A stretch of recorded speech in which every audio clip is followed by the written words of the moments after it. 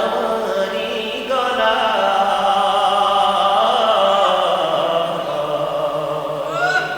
জলাদিনের কান্দন শুনতে দাওনা দিয়ে আমায় সীমার তোরে বিনয় করি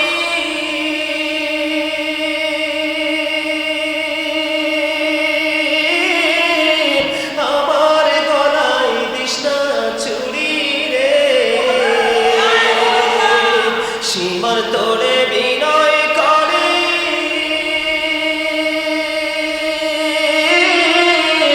আমার গলায় দিস না ছুরি রে বেহেশতেতে নিব তোরে আখিরি বেলায়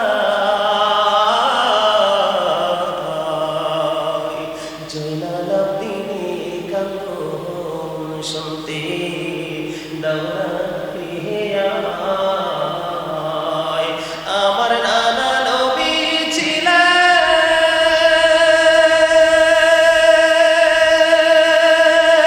ছিলেন গুনাহগারের শাফি হলেন গো আমার নানা নবী ছিলেন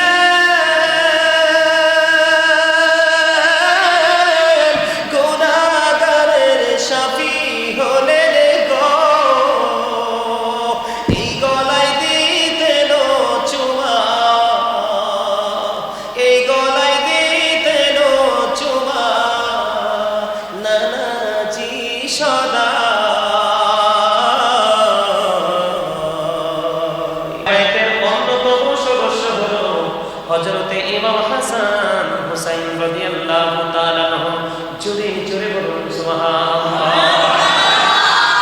এখন ইমাম হাসান হুসাইন সম্পর্কে আল্লাহ রাব্বুল আলামিন আল্লাহর হাবিবকে জানিয়ে দিলেন হাবিব আপনি জানিয়ে দেন আপনার উম্মতগুলোকে আমি তোমাদের জন্য কষ্ট করেছি তোমাদের কাছে দিন পৌঁছে দিয়েছি আমি তোমাদেরকে উপদেশ দিয়েছি যখন প্রতিকূলতাকে উপেক্ষা করে আমি তোমাদের জন্য সকল আদেশ নির্দেশ সব কিছু আমি তোমাদের জন্য বরাদ্দ করে দিলাম এর বিনিময়ে আমি তোমাদের কাছে আহলে বাইতের ভালোবাসা ছাড়া আর কিছুই চাই না এবার হাদিস শরীফের দিকে যদি তাকাই এই যে আজকের যে আশুরা এই আশুরার যে পঞ্চমতম দিন আজকে আমরা উপস্থিত হলাম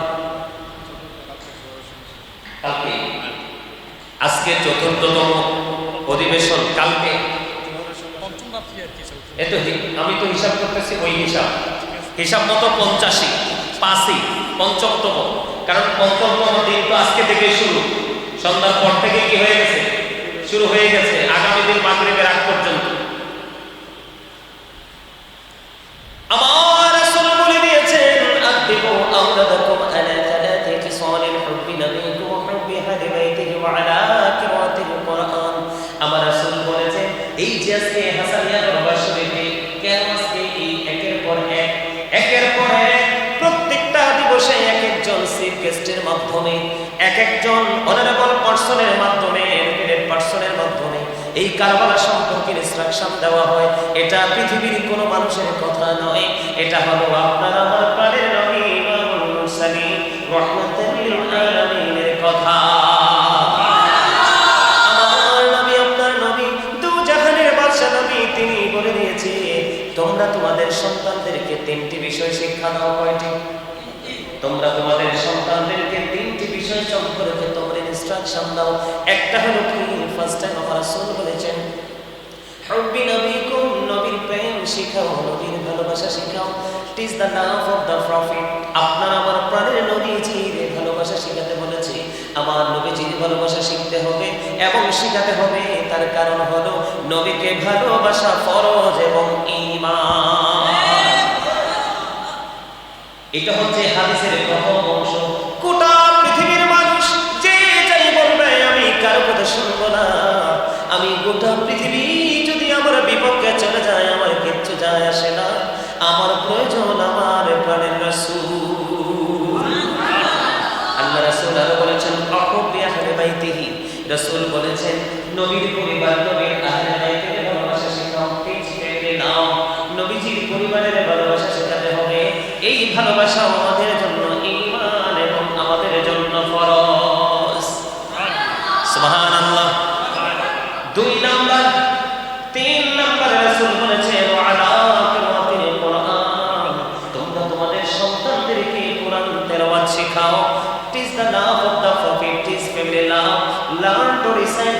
হোলি কোরআন, তোমরা তোমাদের সন্তানদেরকে কোরআন তেলাওয়াত শেখাও। জোরে জোরে বলুন না সুবহানাল্লাহ। আপনি যদি কোরআন পড়তে না পারেন, কোরআন যদি না জানেন, তাহলে ইসলাম সম্পর্কে আপনি ভালো কোনো ধারণা নিতে পারবেন না। এই জন্য রাসূল বলেছে, প্রথমত তোমরা নবীকে ভালোবাসো, এরপরে নবীর পরিবারকে ভালোবাসো, এরপরে কোরআন তেলাওয়াত শেখাও। তিনটা স্তর বন্ধু হাদিস শরীফের মধ্যে রয়েছে। আমি আপনাদেরকে আরেকটু ক্লিয়ার করে দেই, আপনার আমার প্রাণের রাসূল কি বলেছেন। এই যে কারবালার ময়দানে 61 হিজরিতে ইমাম হুসাইন রাদিয়াল্লাহু তাআলা ওনার সঙ্গীদের কিনে শাহাদাত বরণ করলেন। এই শাহাদাত বরণের মধ্য দিয়ে আমাদেরকে একটা মেসেজ দিয়েছেন। আমি সেই জায়গায় পড়ে যাই, কিন্তু তার আগে ইমাম হুসাইনকে কেন ভালোবাসতে হবে, ইমাম হাসান রাদিয়াল্লাহু তাআলাকে কেন ভালোবাসতে হবে। আপনার আমার প্রাণের রাসূল বলে দিয়েছেন, আল হাসান ওয়াল হুসাইন সাইয়্যিদা শাবাবি আহলিল জান্নাহ।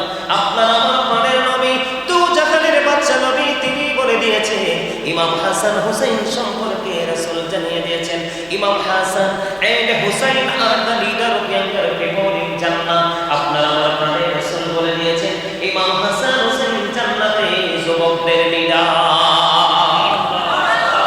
তার মানে যুবক যারা, ইয়াউমের যারা, তাগরা জওয়ান যারা, তোমাদের জন্য বড় মেসেজ।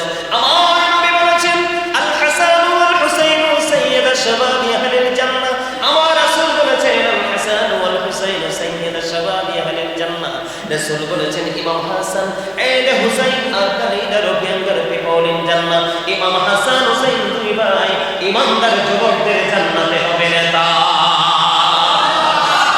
সেই ইমাম হুসাইন রাদিয়াল্লাহু তাআলা 61 হিজরিতে কারবালার ময়দানে শাহাদাত বরণ করেছে।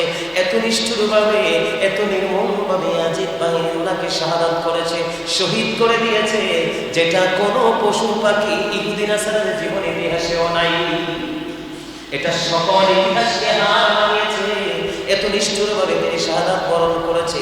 প্রশ্ন হলো কেন? এই কেন উত্তর আমি দেব সবার পরে। আরো মেসেজ রয়েছে, পৃথিবীর যুবক যারা, গোটা পৃথিবীর যুবক যারা, তাদের সকলের জন্য মেসেজ হলো, তোমরা যদি আহলে বাইতকে ভালোবাসতে পারো, তাহলে জান্নাতে তোমাদের নেতা খুঁজে পেয়ে গেছো।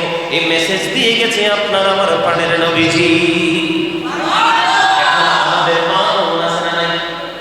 আমাদের মা বোনেরা ঘরে বসে বসে চিন্তা করে যে হুজুর তো ইয়াং মেনদের নেতার খবর দিল, আমরা যারা মা খাতুনে জান্নাত ফাতেমা এবং নবীর আহলে বাইত, নবীর পরিবারের আমি যারা নারী সদস্য মুমিনাদেরকে পছন্দ করি, ভালোবাসি, আমরাও তাদের দলবদ্ধ হতে চাই। আমাদের জন্য কি মেসেজ? আপনার আমার প্রাণের রাসূল তিনি বলে দিয়েছে, ফাতেমা তু সাইয়্যিদাতু নিসাই আহলিল জান্নাহ। আপনার আমার প্রাণের রাসূল তিনি বলে দিয়েছেন, আপনার আমার প্রাণের নবীজি তিনি বলে দিয়েছেন, mother Fatema is the leader of females in জান্নাহ। তিনি বলে দিয়েছেন, মা খাতুনে জান্নাত ফাতেমা এই পৃথিবীর বুকে সকল মুমিনা নারীদের সরদারিনী। জোরে জোরে বলুন না সুবহানাল্লাহ। তাহলে আহলে বাইতকে ভালোবাসতে লাভ না লস। আরো জোরে বলেন, লাভ না লস। আহলে বাইতের ভালোবাসা আপনার আমার জন্য অনেক বড় নিয়ামত।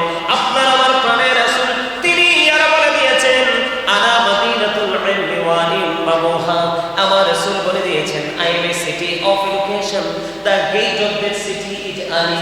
আমার রাসূল বলে দিয়েছে, আমি হলাম শিক্ষার শহর, আর সেই শহরের দরজা হলো হাসান হুসাইনের পিতা হযরতে আলী। এদেরকে ভালোবাসতে হবে।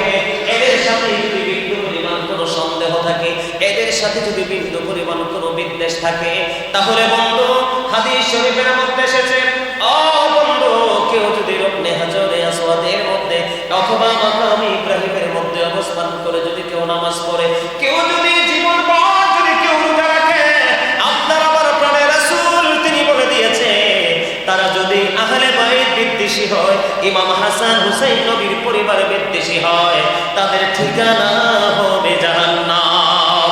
জোরে জোরে বলুন নাউযুবিল্লাহ।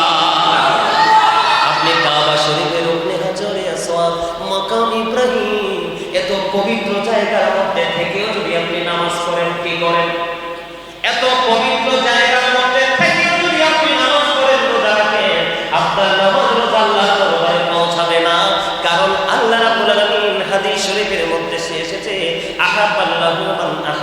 হুসাইনা।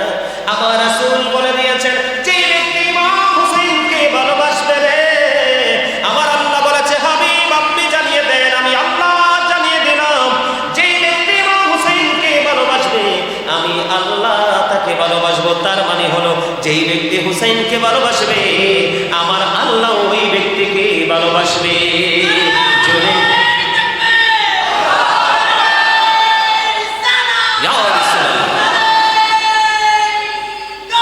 Ya Rasulullah, Ya Pak Panjang, Jindabad,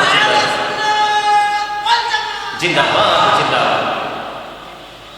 নারায় দিতে হয় না মহব্বত করে, এটা কিন্তু ইমানদারদের প্রেমিকদের প্রেমকে আরো বেশি চাঙ্গা করে দেয়, ঠিক কিনা বলেন?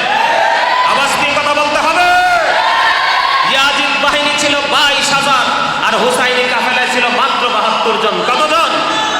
কিন্তু হুসাইনি কাফেলার সদস্যরা কি 22,000 থেকে ভয় পেয়েছে?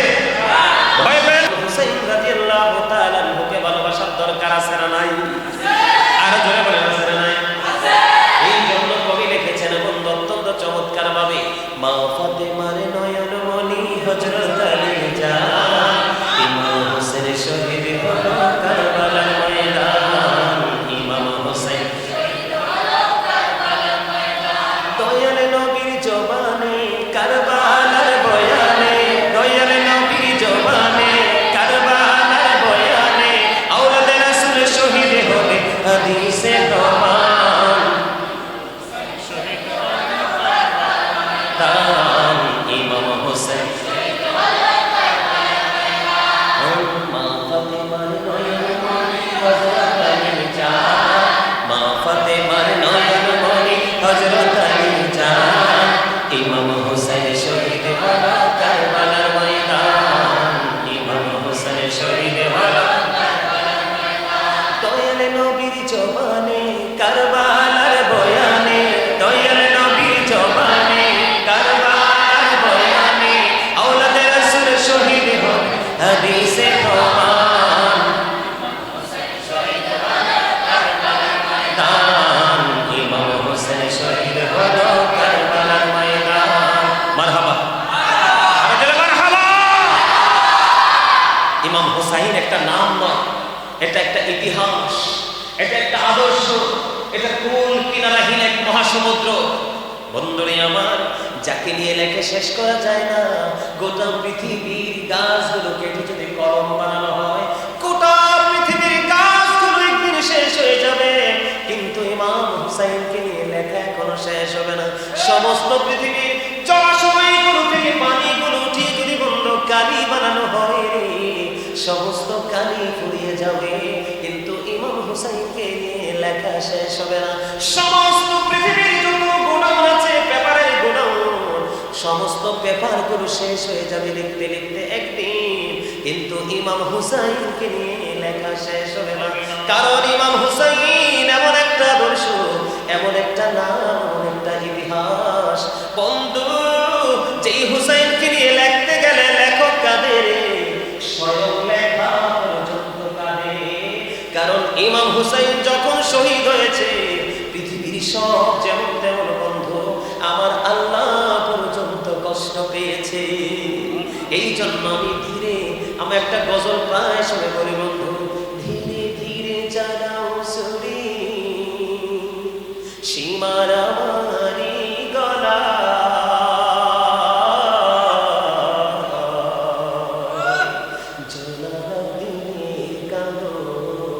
শুনতে দাওলা দিয়ে আমায়, সীমার তোরে বিনয় করি,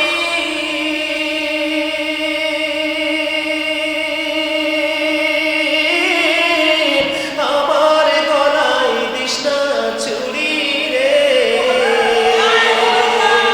সীমার তোরে বিনয় করি,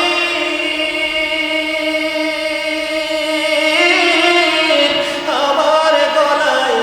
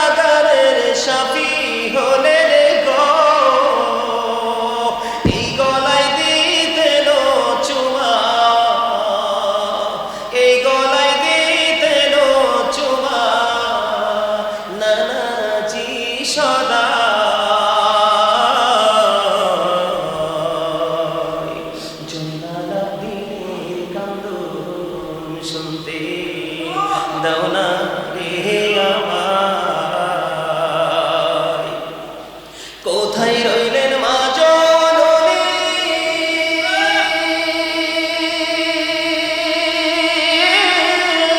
তোমার হুসেন ধরাশায়ী গো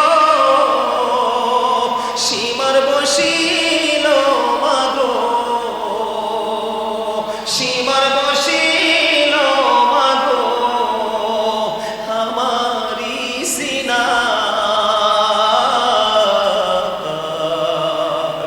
জয়নালাব্দিনের কান্দন শুনতে দাও না রে আমায় ধীরে ধীরে চালাও ছুরি সীমার আমারি গলায় জয়নালাব্দিনের কান্দন শুনতে দাও না রে আমায় আমার গলায় দিলে ছুরি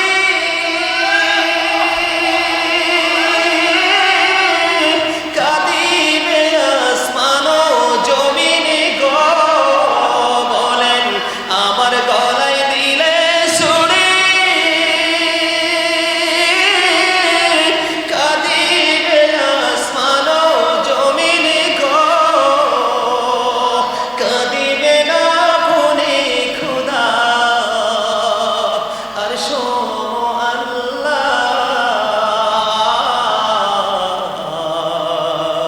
জয়নালাব্দিনের কান্দন শুনতে দাও না রে আমায় মারহাবা আরেকটু বলেন না মারহাবা এই ছোট্ট গজলের মধ্যে কারবালার ইতিহাস উঠে আসছে এই ছোট্ট কথাগুলোর মধ্যে নির্মমতা উঠে এসেছে ঠিক কিনা বলেন বন্ধুরে আমার আমি বলতেছিলাম মা খাতুনে জান্নাত ফাতেমা সকল মুমিন নারীদের সরদারিনী এত পাওয়ার এত মর্যাদা যে হুসাইনকে আমার আল্লাহ দিয়ে দিলেন কিন্তু এই হুসাইন কেন তিনি শাহাদাত বরণ করলেন এত নির্মমভাবে কেন তিনি শাহাদাত বরণ করতে হলো কেন তিনি শহীদ হতে হলো এটার কারণ কি ইয়াজিদের মধ্যে কি এমন নষ্ট চরিত্র ছিল যেটা ইমাম হুসাইন মেনে নিতে পারে নাই এই জন্য আমি আপনাদেরকে বলে দিতে চাই বন্ধু এই উত্তরগ্রাম হাসানিয়া দরবার শরীফ থেকে আমি বলতে চাই রে আমি একটু আগে ছোট্ট একটা হাদিস শরীফ আপনাদেরকে বলে দিয়েছি যে ইমাম হুসাইনের সাথে বিদ্বেষী হয়ে যদি তুমি ওই মাকাম ইব্রাহিমের মধ্যে থেকে যদি তুমি নামাজ পড়ো রোজা রাখো খানায় কাবা শরীফের রুকনে হাজরে আসওয়াদের মধ্যে যদি তুমি থেকে নামাজ পড়ো রোজা করো যদি তোমার ইমাম হুসাইনের সাথে প্রেম না থাকে তোমার এই নামাজ রোজা তোমাকে জাহান্নামে নিয়ে যাবে জোরে জোরে বলুন নাউজুবিল্লাহ আমার আলোচনা একটু হৃদয় দিয়ে শুনতে হবে গভীর মন দিয়ে শুনতে হবে আমি বিশেষ করে স্টুডেন্ট যারা আছো তোমরা ছাত্র যারা আছো তোমাদেরকে বলবো কারণ অসংখ্য গণিত নবীর দুশমন আহলে বাইতের দুশমন যদি একত্রিত হয় একটা নবীর প্রেমিকের হুঙ্কারে ঘরে যেতে বাধ্য হয় এই জন্য লক্ষ লক্ষ কোটি কোটি নবীর দুশমন হওয়ার চাইতে এক কোটির মধ্যে একটা নবীর প্রেমিক অনেক বেশি দামি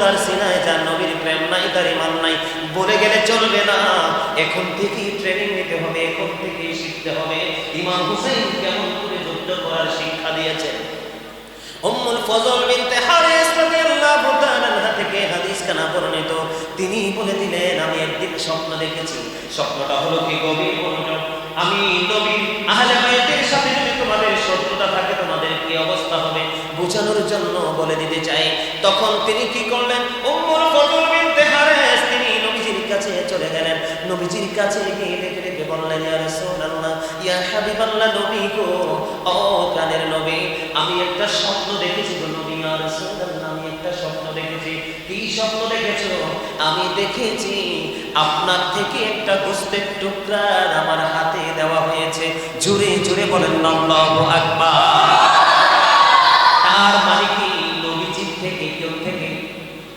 নবীর পবিত্র দেহ মুবারক থেকে ছোট্ট একটা গোশতের টুকরা আমার হাতে রাখা হয়েছে এটা আমি স্বপ্নে দেখেছি ইয়া রাসূলুল্লাহ, আমার নবীজি সঙ্গে সঙ্গে ডাক দিয়ে বললেন, হ্যাঁ তুমি উত্তম স্বপ্ন দেখেছো, তুমি উত্তম স্বপ্ন দেখেছো। ওই মহিলা তিনি স্বপ্ন দেখেছে কি নবীজির পবিত্র বডি মোবারক থেকে গোশতের টুকরা তার হাতে রাখা হলো, আর নবীজি বলতেছেন তুমি উত্তম স্বপ্ন দেখেছো। কেমন করে উত্তম গো নবী?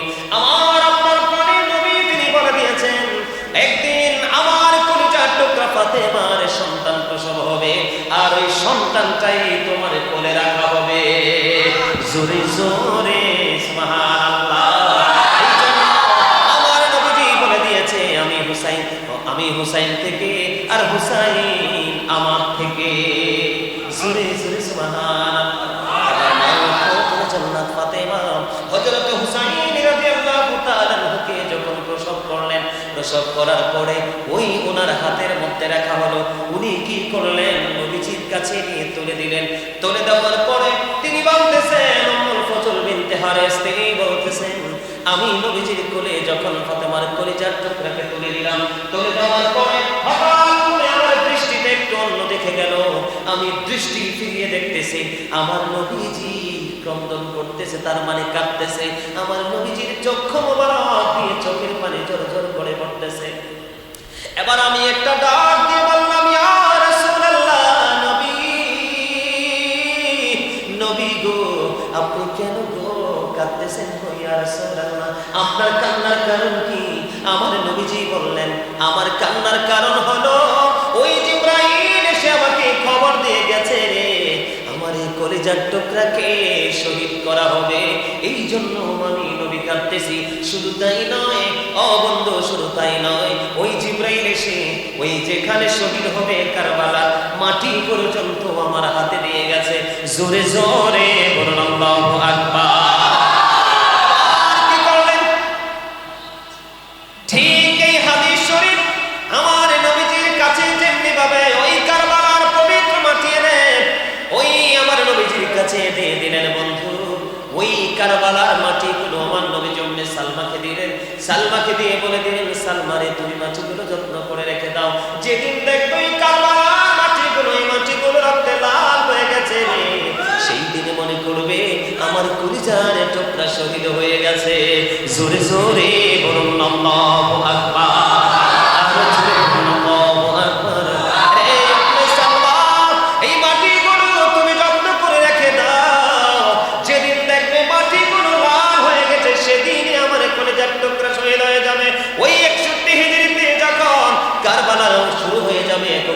শুরু হয়ে যাবে, ঠিক তার পূর্বক্ষণে উম্মে সালমা স্বপ্নে দেখলেন সত্যি সত্যি আমার নবীজির সাথে দেখা হয়ে গেল।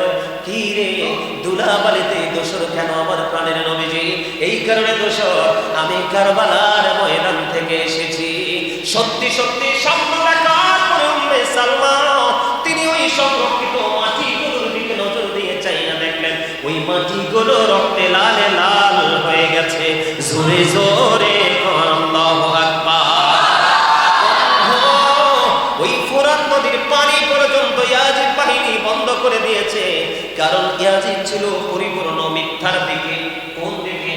ইয়াজিদ ছিল পরিপূর্ণ মিথ্যার দিকে, আর ইমাম হুসাইন ছিল বন্ধু পুরোপুরি সত্যের দিকে। কারণ ইমাম হুসাইনের উপদেশটা হলো আপনার আমার প্রাণের নবী ইমামুল মুরসালিন রাহমাতাল লিল আলামিন, আর ইয়াজিদের উপদেশটা হলো একজন ইহুদি যার নাম হলো শারজুল বিন মানসুরুর রুমি। জোরে জোরে বলুন নাউজুবিল্লাহ। সারা জীবন আমরা শুনেছি তেলে আর জলে কখনোই মিশে না, ইমানদার এবং বেঈমান কখনো এক হতে পারে না, নামাজি এবং বেনামাজি কখনোই এক হতে পারে না, একজন সত্যবাদী আর একজন মিথ্যাবাদী যেমনি এক হতে পারে না, ঠিক তেমনি ভাবে সত্য এবং মিথ্যাও কখনো এক হতে পারে না। কারণ সত্যের নিয়ামত হলো চিরস্থায়ী জান্নাত, মিথ্যার নিয়ামত হলো চিরস্থায়ী জাহান্নাম।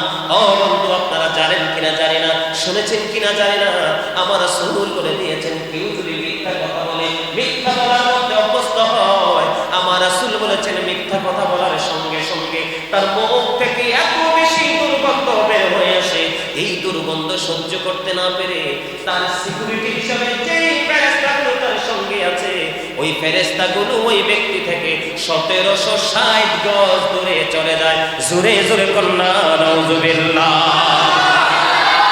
আমি আপনাদেরকে কারবালার মর্মান্তিক কথাটা একটুখানি বুঝাই। ইমাম হুসাইন রাদিয়াল্লাহু তাআলা আনহুর সাথে বিদ্বেষ করলে বন্ধু উপায় নাই, উপায় নাই। ইমাম হুসাইন রাদিয়াল্লাহু তাআলা আনহুকে ফুরাত নদীর পানি দেওয়া হয় নাই।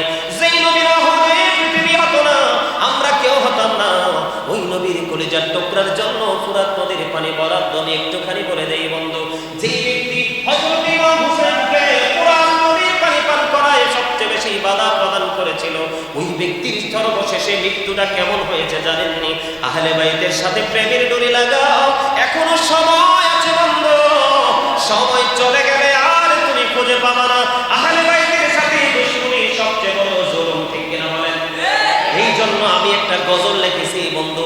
এই যে জালেমরা বর্তমানে দেখবেন মিডিয়ার মধ্যে ঢুকলে শুধু ইয়াজিদকে সাধু সাজাইতে চায়, এটার চেয়ে বড় জুলুম আর কিছুই হতে পারে না। আরো জোরে বলেন ঠিক না ঠিক? জালেমদের উপায় আসেনি। জুলুম যারা করে না বন্ধু হারাইলা দুকুল, জনম জনম কি দিও তোমার হবে না মাসুল। জুলুম যারা করে না বন্ধু হারাইলা দুকুল, জনম জনম কে দিও তোমার হবে না মাসুল। একবার ভেবে দেখো না তোমার কোথায় ঠিকানা, একবার ভেবে দেখো না তোমার কোথায় ঠিকানা। এখনো তো আছে সময়, এখনো তো আছে সময়, বুঝো তোমার ভোর। জনম জনম কে দিয়া তোমার হবে না মাসুল। কেন বলেছি বন্ধু? যিনি সবচেয়ে বেশি ভূমিকা পালন করেছিল ফুরাত নদীর পানি নবীর আহলে বাইতকে দিবে না, আলী মুকাম এবং তার সদস্যদেরকে খাইতে দিবে না, তাদের নির্মমতা এত গভীর ছিল। ওই ব্যক্তির পানির তৃষ্ণা লাগছে, পানির যখন তৃষ্ণা লাগলো শুধু সে পানি পান করতেছে, পানি পান শুধু কন্টিনিউ পানি পান করতেছে বন্ধু। পানির যখন তৃষ্ণা লাগলো সে শুধু পানি পান করতেছে, কিন্তু তার পানির তৃষ্ণা কোনোভাবেই মিটতেছে না। পানির তৃষ্ণা লাগতেছে আর পানি পান করতেছে, এমনি করে করে বন্ধু পানি পান করতে করতে করতে করতে তার তৃষ্ণা মিটে না। সর্বশেষে তার পেটে এত বেশি পানি জমাট বেঁধেছে, পানির তৃষ্ণা কিন্তু মিটেনি, অথচ তার বডিতে পানি পরিপূর্ণ ভরপুর ছিল। সর্বশেষে আর তার বডি পানি নিতে পারে না। ও বন্ধু, সর্বশেষে পেটটা ত্রাস হয়ে সে পানি পানি করতে ইন্তেকাল করেছে। ওই পাপিষ্ঠদের নিয়ে আমি কথা বলতে চাই না, আমি আপনাদেরকে বলে দিতে চাই, ইমাম হুসাইনকে শহীদ করে ইয়াজিদ মনে করেছিল অনেক বড় যুদ্ধেরকে সমাপ্ত করেছে। আসলে না না না, ইমাম হুসাইন শহীদ হওয়ার পরে ইয়াজিদ পৃথিবীর বুকে বেশি দিন বাঁচতে পারে নাই। 2 বছর 8 মাস, মতান্তরে 3 বছর 8 মাস পর্যন্ত বেঁচে ছিল। আপনারা বলেন একটা মানুষের জীবনে 2 বছর 8 মাস 3 বছর 8 মাস একটা হায়াত পেল? কোন হায়াত হলো না। ইমাম হুসাইন রাদিয়াল্লাহু তাআলা আনহুর শাহাদাতের পরে ইয়াজিদ একটা দিনের জন্য বন্ধ ভালো শান্তিমতো একটা মিনিট কাটাইতে পারে নাই, কারণ তার উপরে তো ছিল আমার আল্লাহর লানত। আমি সেই দিকে পড়ে যাই, আগে নিষ্ঠুরতা নির্মমতার যে সিম্পটম এটা আগে তুলে ধরবো। বন্ধুরে আমার ফুরাত নদীর পানি বন্ধ করে দিল। এই দিক দিয়ে ওই যে একটু আগে আমি গজল বলেছি, একটুখানি গজল বলেছি, আপনারা খেয়াল করেছেন কিনা জানি না। ওই যে বলেছি জুলুম যারা করে না বন্ধু হারাইলা দুকুল, জনম জনম কে দিও তোমার হবে না মাসুল। একবার ভেবে দেখো না তোমার কোথায় ঠিকানা, এখনো তো আছে সময়, এখনো তো আছে সময়, বুঝো তোমার ভোর। জনম জনম কে দিও তোমার হবে না মাসুল। এই যে বললাম, এখনো যদি তুমি ভুল বুঝতে পারো, আমার আল্লাহ তোমাকে ক্ষমা করতে প্রস্তুত। তার একটা এক্সাম্পল, নির্মম যুদ্ধ শুরু হওয়ার আগে যে হুর ইমাম হুসাইনকে কুফা পর্যন্ত নিয়ে এসেছিল, যুদ্ধ শুরু হওয়ার পূর্বে সে তার মনের মধ্যে আহলে বাইতের প্রতি প্রেম জন্ম হয়ে গেল, ভালোবাসা জন্ম হয়ে গেল।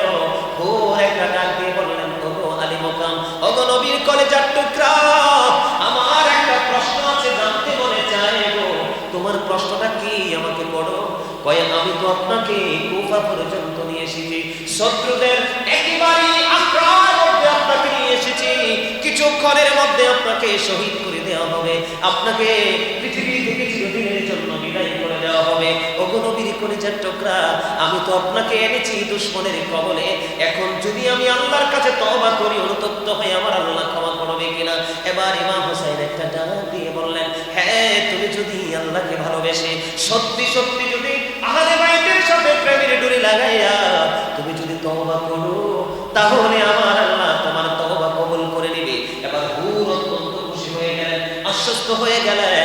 সে বন্ধু এবার ইমাম হুসাইন ডাকতেছে, তুমি নিচে নেমে এসো, তুমি নিচে নেমে আসো। এবার ওই হুর ডেকে ডেকে বলে, ও নবীর কলিজার টুকরা, আমি একটা সেকেন্ডের জন্য আমি সুস্থ অবস্থায় নিচে নামবো না, আমার দেহ নয়, আমার লাশ আপনার কদমে যাবে। জোরে জোরে কন্যা সুবহানাল্লাহ। ওয়াজ কি বুঝেন না? বুঝছেন? যিনি ইমাম হুসাইনকে শহীদ করার জন্য ইয়াজিদের বাহিনীর পক্ষ হয়ে সবচেয়ে বড় যিনি বীর পুরুষ ছিলেন, যোদ্ধা ছিলেন, ভয়ঙ্কর ছিলেন, তিনি যুদ্ধের আগে তওবা করতেছে ইমাম হুসাইনের কাছে। জোরে জোরে কন্যা সুবহানাল্লাহ, আরো জোরে কন্যা সুবহানাল্লাহ।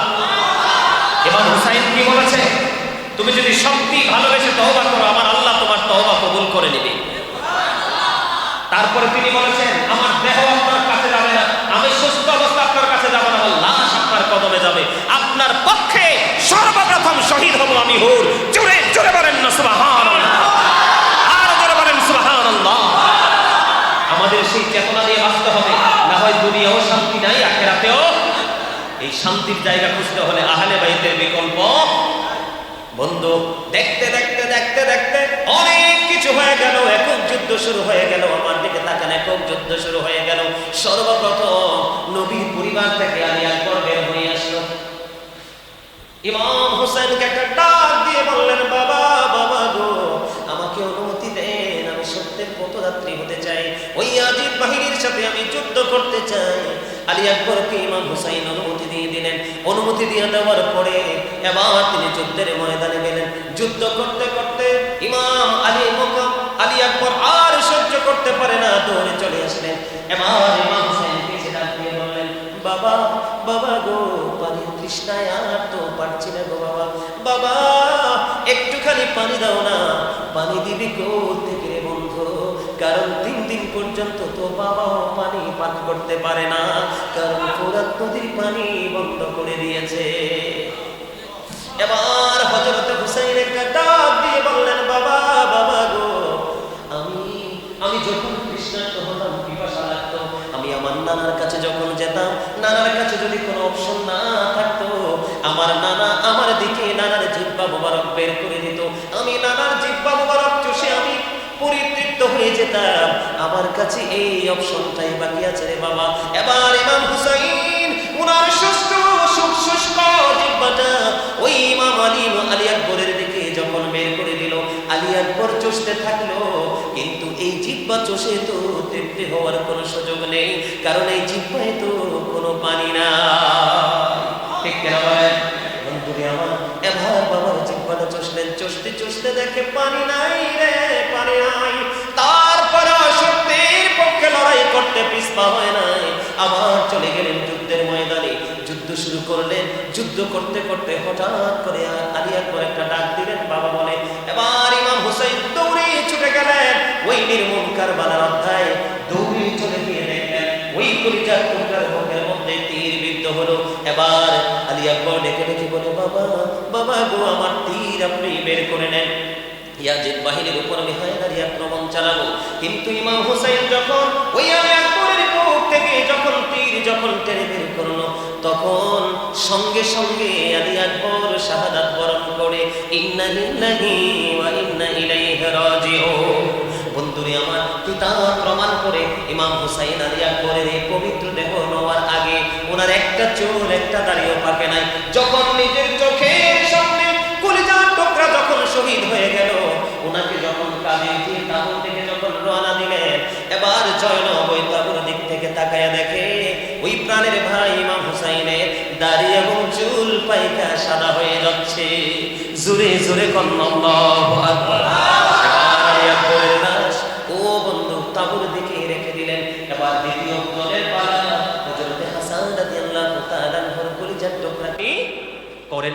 কিনা বলেন? আরো জোরে। আমরাও ইমাম হুসাইন থেকে শিক্ষা নিব। আমরা 5 ওয়াক্ত নামাজ পড়ব।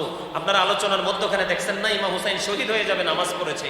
আমাদেরকেও সেই শিক্ষা নিয়ে আমাদেরকেও নামাজ পড়তে হবে, সত্য বলতে হবে, সত্যের পক্ষে মিথ্যার বিপক্ষে লড়াই করতে হবে। মৃত্যু যদি আসে বরণ করে নিব, কিন্তু কখনোই পিছপা হব না। এটাই ইমাম হুসাইনের শিক্ষা, এটাই আদর্শ। এই আদর্শ যেন আমরা আমাদের বাস্তব জীবনে বাস্তবায়ন করতে পারি। আল্লাহ যেন আমাদেরকে সেই তৌফিক দান করে। সকলে বলুন আমিন। এই বলে আমি আমার সংক্ষিপ্ত আলোচনা শেষ করেছি। আখিরি দাওয়ানা আলহামদুলিল্লাহি রাব্বিল আলামিন। আমি করব,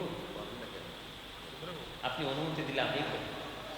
আমার আল্লাহ আল্লাহ আল্লাহ লা ইলাহা ইল্লাল্লাহ আল্লাহ আল্লাহ আল্লাহ ইল্লাল্লাহ।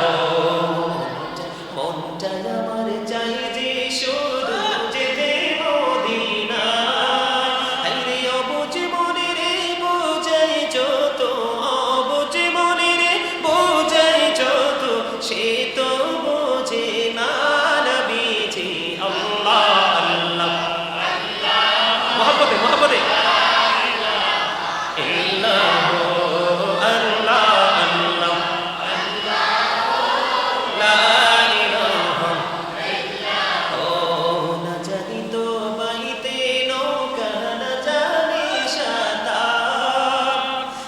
না জানি তো বাইতে নৌকা, না জানি সাঁতার।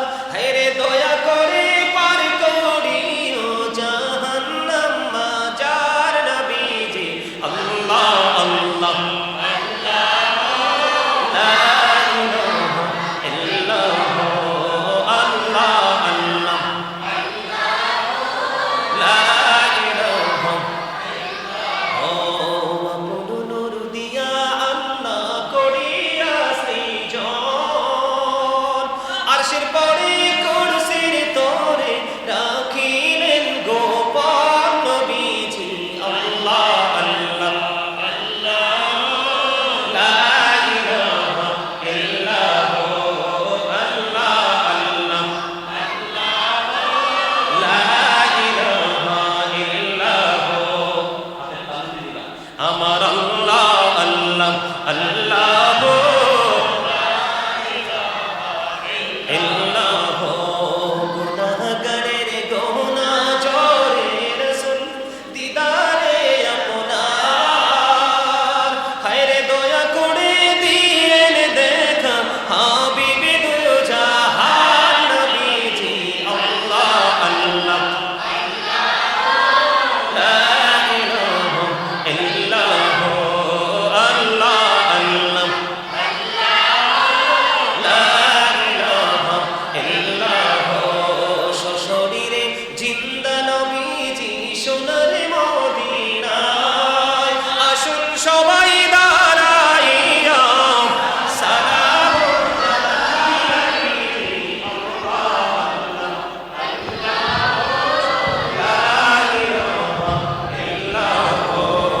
আল্লাহ আল্লাহ লা ইলাহা ইল্লাল্লাহ ইয়া নবী সালাম আলাইকা ইয়া রাসূল। তুমি থাকো, এভাবে দাঁড়াই থাকো। ইয়া হাবিব সালাম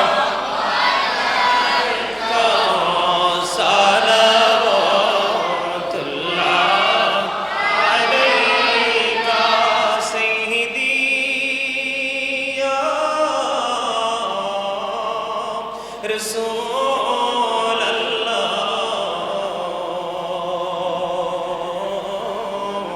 ওয়া ইয়া হাবিবাল্লাহ।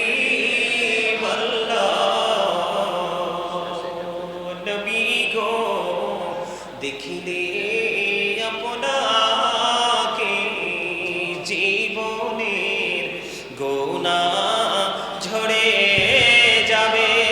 দেখা দেন নবী গো স্বপনে এই আরজ আপনার চরণ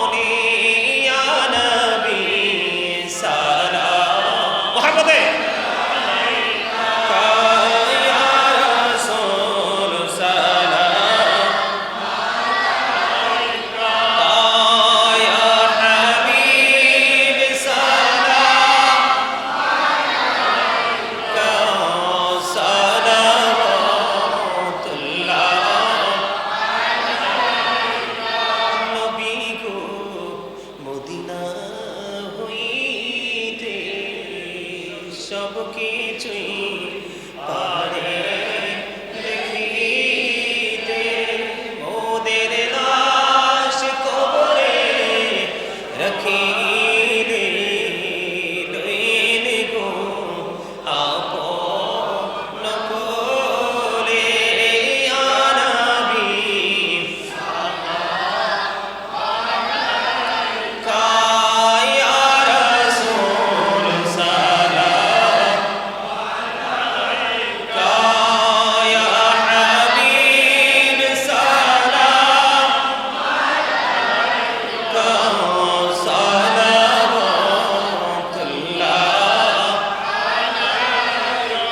নূরে রাসূল নূরে খোদা ইয়া রাসূলুল্লাহ নূরে রাসূল নূরে খোদা ইয়া রাসূলুল্লাহ ইয়া রাসূলুল্লাহ ইয়া হাবিবাল্লাহ আদবে রাসূল আদবে খোদা ইয়া রাসূলুল্লাহ আদবে রাসূল আদবে খোদা ইয়া রাসূলুল্লাহ ইয়া রাসূলুল্লাহ ইয়া হাবিবাল্লাহ হুব্বে রাসূল হুব্বে খোদা ইয়া রাসূলুল্লাহ হুব্বে রাসূল হুব্বে খোদা ইয়া রাসূলুল্লাহ ইয়া রাসূলুল্লাহ ইয়া হাবিবাল্লাহ জিকিরে খোদা বায়াত খোদা লা ইলাহা ইল্লাল্লাহ জিকিরে খোদা বায়াত খোদা লা ইলাহা ইল্লাল্লাহ জিকিরে রাসূল বায়াতে রাসূল মুহাম্মাদুর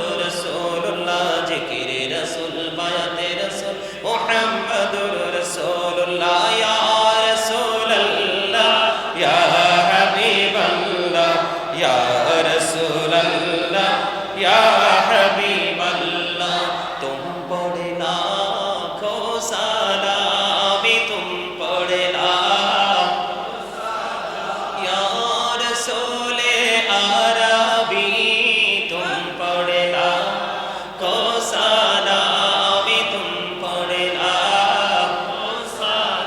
या शफी अल मुजनबीन तुम पढ़ना को सलामी तुम पढ़ना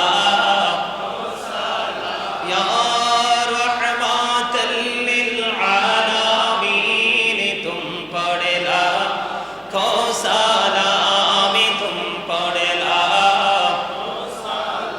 मुस्तफा जानी रहमत पेला को सलाम शमुएब जिमी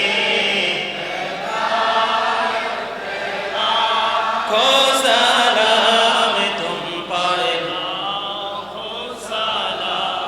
तुम पढ़ना मुस्तफा जानी रहमत पेला को सलाम शमुएब जिमी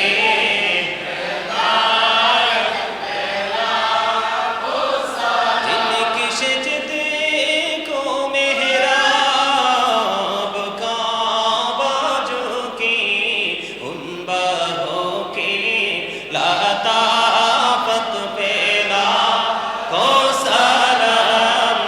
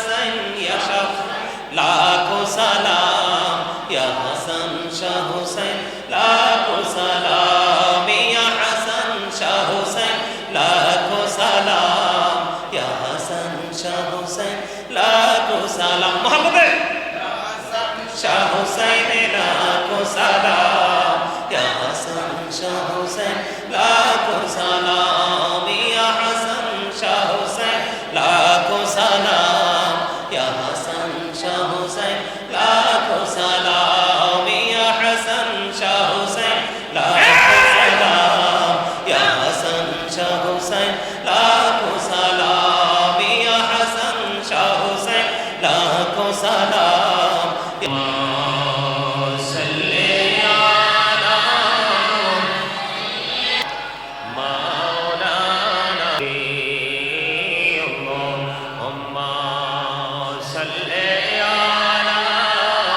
প্রাণ খুলে মাওলানা মুহাম্মদ ওয়া আলা আলি সাইয়্যিদিনা মাওলানা মুহাম্মদ মাটির নিচে বাড়ি মোদের ওই মাটির নিচে মোদের ঘর এই দুনিয়ার আপন যারা সবাই হবে মোদের পর আল্লাহুম্মা সাল্লি আলা মুহাম্মদে মাওলানা মুহাম্মদ ওয়া আলা আলি সাইয়্যিদিনা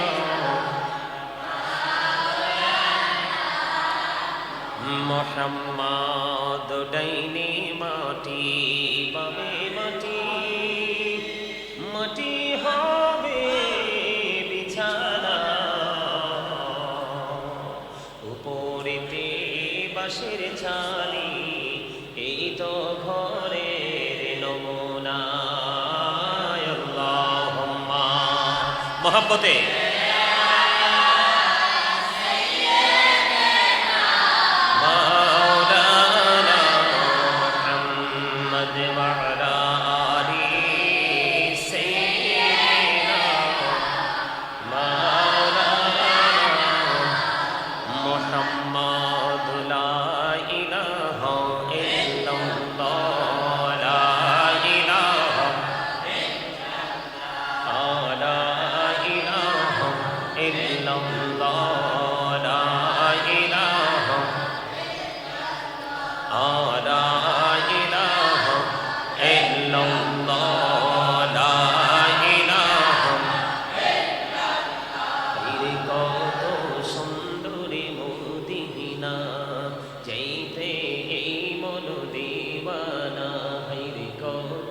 সুন্দর মদিনা যাইতে এই মন দিবানা হায়রে দয়া করো দয়াল আল্লাহ দয়া করো দয়াল আল্লাহ নসিব করো মদিনা লা ইলাহা ইল্লাল্লাহ লা ইলাহা ইল্লাল্লাহ